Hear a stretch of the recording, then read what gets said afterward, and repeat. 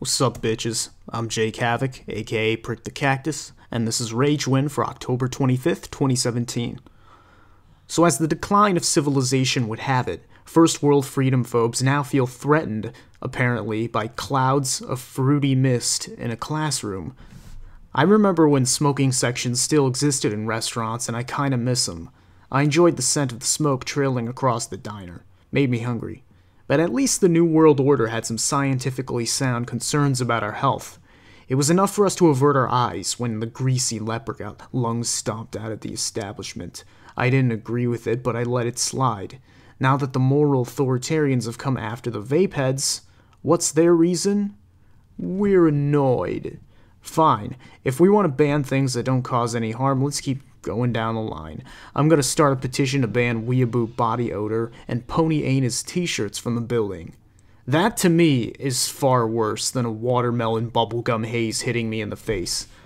I just feel that your choice of accessories, it invades my personal bubble. You see, this is an affront to my senses. You're nasty and you make me feel unclean. But the great thing about e-cigs is that they're more covert. You can hit them when your 4th grade English teacher turns to face the chalkboard and put it back in your pocket when she turns back around. Ronnie, what are you doing? Just studying your fine ass, Miss Bernstein. See me after class. Class goes, oh, score, high fives. You know, these regulations are unnecessary, and they will fail. Also in the news, Bill O'Reilly reportedly is mad at God for not protecting him against sexual harassment claims.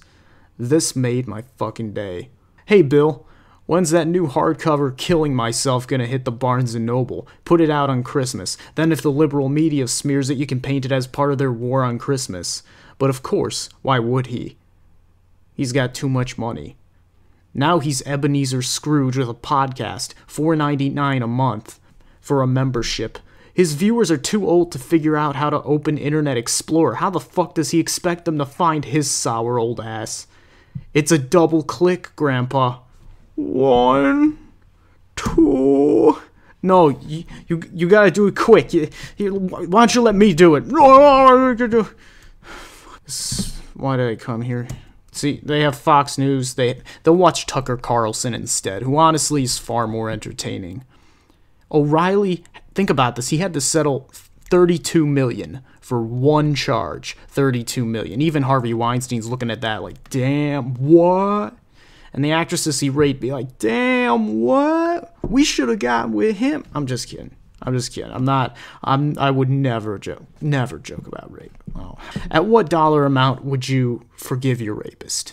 It's a serious question. It's an inquiry. Name your price. I'd say $10 million. 10 million, that's a nice round figure, respectable amount. Of course, if I were harassed by, say, Lena Dunham, there would have been some irreversible brain damage. But with $10 million, a few therapy sessions knock that sucker right out. Even George H.W. Bush, a man they keep trying to pretend is alive, he's been accused by some obscure actress of sexual assault. He reportedly, he grabbed her ass and told her a dirty joke or something while Barbara Bush rolled her eyes.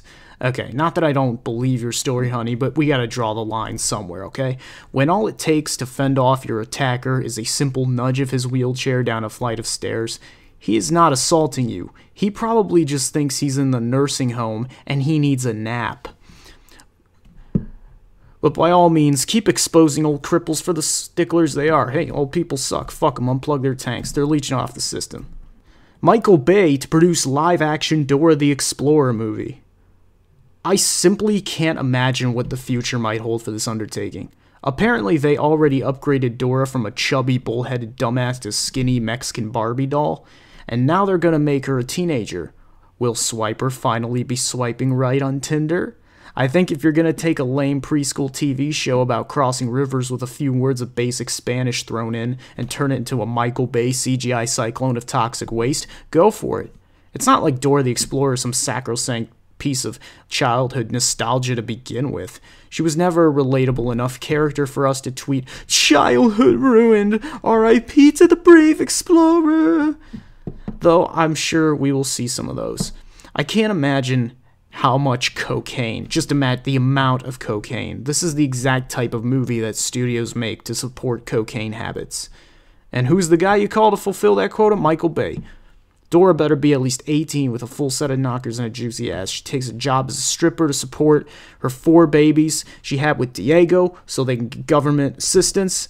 And Diego works as one of those Mexican ice cream vendors outside the school with the little bell that goes ding, ding, ding, ding. Nope, not even a taco stand, a Spider-Man popsicle stand.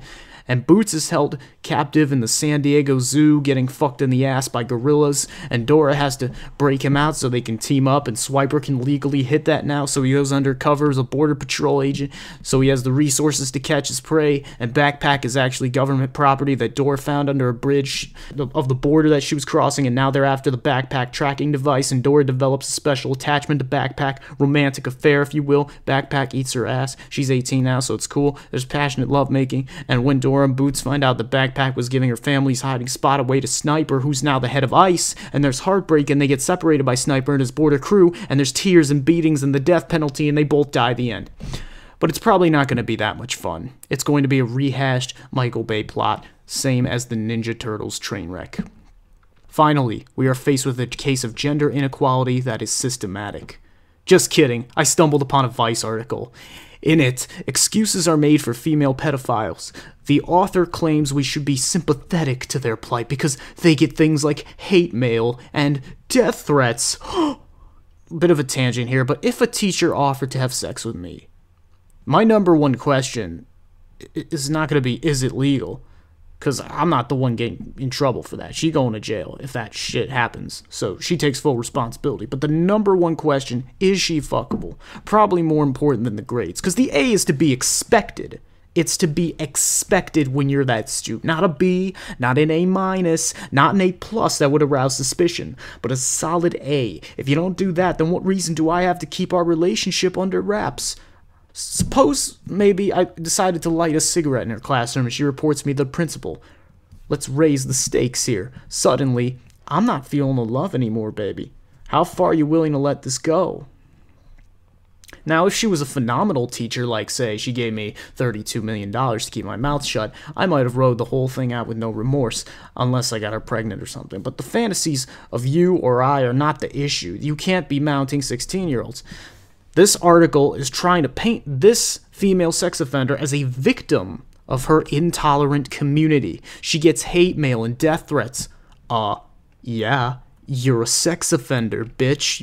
What, you expect hugs and flowers? You don't get hugs and flowers. You get dead babies dipped in dog shit. Women leaving their abortions on your doorstep and shit. You come out and step in it. You know, and you're ashamed for the rest of your life, because that's what happens when you fuck a minor in the ass. This is what happens, Larry. This is what happens, Larry.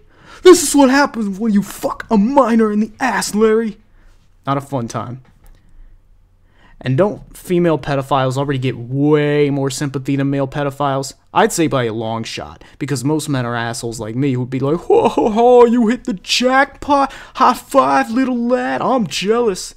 But then you meet the couple of guys who's like, I was molested as a child, and that's not funny. Fuck you, it's not funny. Maybe you weren't funny. Maybe it wasn't funny for you. I get that. Maybe you got molested by a lunch lady. That's actually pretty fucking funny. Who the fuck knows?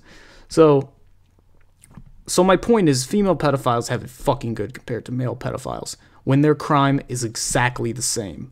But we're not saying these crimes should go unpunished. Because of you, Lena Dunham continues to roam the red carpets and poison the public sphere because of these stupid fucking Vice articles. I'm not saying if a bum gets drunk and pisses on a school playground at midnight, he should be thrown in the same boat as the guy sitting on the bench with binoculars strapped to his head and his dick hanging out waiting for recess to let out. You have to hear the full stories, go case by case. But when the crime is having sex with minors, plain and simple, there is no restructuring of the registry that needs to be considered. Out of all the cases you could have presented for reform, this is the most sexist argument I can think of. Alright guys, I'm getting the last of my equipment together, so you will see me on camera next time. Peace, hoes.